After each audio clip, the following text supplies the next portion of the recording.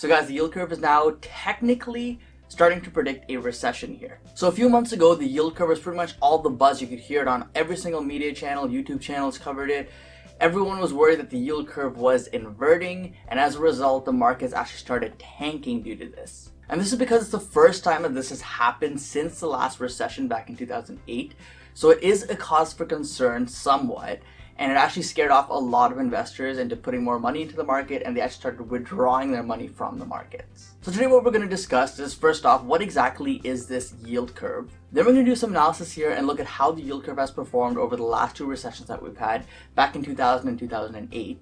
And then finally, of course, we're going to look at how the yield curve is doing today and what this could mean for the stock market moving forward. So if the yield curve is something new to you, you haven't heard this term before, all it is really is referring to the Treasury bills and the yield from those bills from anywhere between a 1-month span to a 30-year span. And these Treasury bills are usually seen as more safer investments, safe havens that people go into. And naturally, you would think the longer the term of this bill, say 30 years, the more yield you'll be accumulating from that because it's a longer term hold.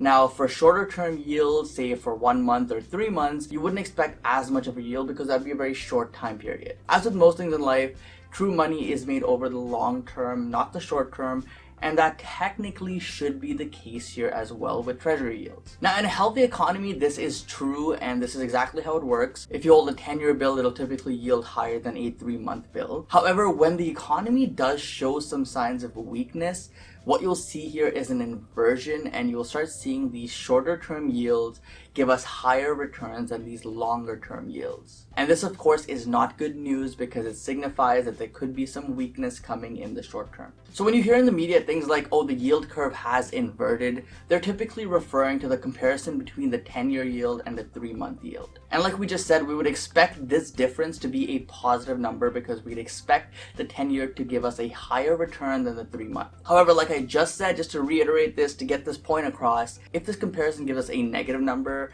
meaning that this yield curve has inverted, then this means that the short-term outlook for the market is not looking good and a possible recession could be looming. So now let's look at the yield curve history and see how many recessions in the past it has predicted. So on the screen right now, you can see the yield of the 10-year versus 3-year from 1982 until just after the last recession we had here in 2008. Note that if the line here on the graph is above 0, this means we are in a healthy and good standing economy.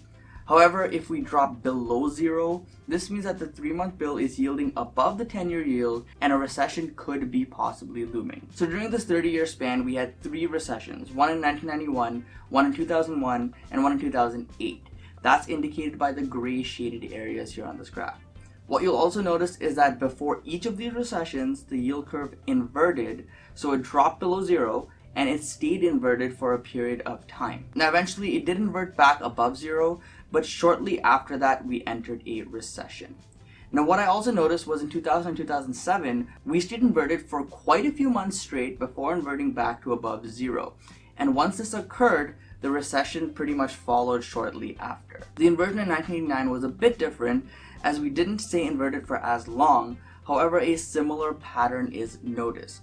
We invert, we stay inverted for a period of time, we invert back above 0, and then a few months later a recession hits. So because of this, we can actually see this yield curve as a leading indicator to a future recession. Anyway, so now what I thought would be interesting to see how the S&P 500 index did right before the recessions hit and right when this yield curve started inverting and stayed inverted. So indicated by the red boxes, you can see that both times tells us a very similar story. The markets hit an all-time high as yield curves hit lows. Now this is an interesting observation, and I think this will help us analyze where we stand today. So now this is the S&P 500 today, and what you'll notice is that once again we are at all-time highs. We have been struggling at this level for the last year, but just this week the market once again broke records and made new all-time highs. But this alone does not really tell us that much. It could tell us more when comparing it to the current yield curve, however. So here's the yield curve today, and as you can see, we inverted back in late March when all the media started talking about the yield curve. But shortly after this, we did recover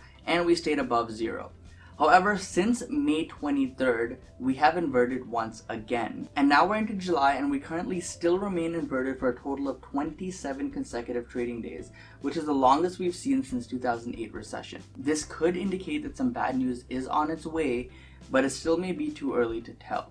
When we look at 2007, we can see that we inverted from around June 19th to around May 29th the following year, so a total of around 10 months. And back in 2000, we inverted from June 7th to Jan 22nd the following year, so about 7 months total. I found it pretty ironic here how both of the inversions started in June, which is pretty much where we inverted again this time around. But of course, this could just be coincidence. Anyway, so now that we've been inverted since late May, so about a month and a bit, and the markets are making new all-time highs, it wouldn't necessarily be the worst idea to start being a little more cautious here in the market. The markets, in my opinion, are focused very heavily right now on the trade agreement between the US and China. And this is what's helping divert a lot of attention away from this yield curve inversion right now. I believe that once we come to a conclusion on this trade deal, either that we've come to an agreement or these two countries are just not going to agree on this, the media is going to start picking up this yield curve inversion once again, and we're going to see a lot more panic in the market once again. These underlying indicators are being watched by the money makers out there, the people that have billions of dollars that are invested in the market, and they're the ones who will start pulling out their money if they haven't already because of these indicators showing that a possible recession could be looming. And of course, once news of this becomes a lot more widespread, more mainstream, I think we'll see another round of correction in the near future. But of course, another thing to note and remember is that from the last two recessions, what we did notice was that the market pretty much peaked when the yield curve pretty much bottomed out. And another really important factor was that we stayed inverted for at least 2 consecutive quarters. So comparing it to today, the yield curve hasn't really shown us any signs of bottoming out yet, and we haven't even been inverted for 1 quarter yet, so it still may be too early to tell.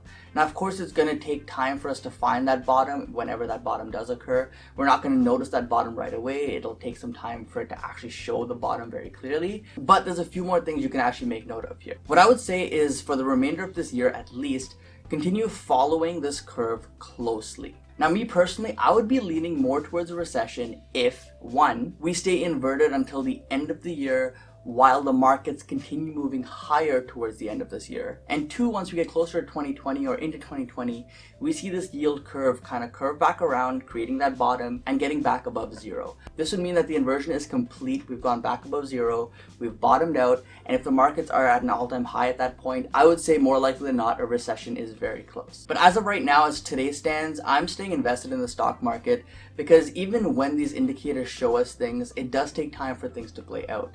Most of the time, it takes between 1 and 2 years after these indicators show us that a recession's coming for a recession to actually hit. And during this time period before that recession hits, we could see some pretty massive gains in the stock market as things like the trade agreement between US and China could come to conclusion here. So unless you need the money in the very short term, I'd say maybe 3 to 5 years or less, it may not be the worst idea to stay invested in the market because remember, typically, time in the market beats out timing the market. But at the same time, this does not mean I'll be going 100% into stocks. And as my VIP group investors know as well, I have a good portion of my portfolio sitting in cash for opportunities when they arise.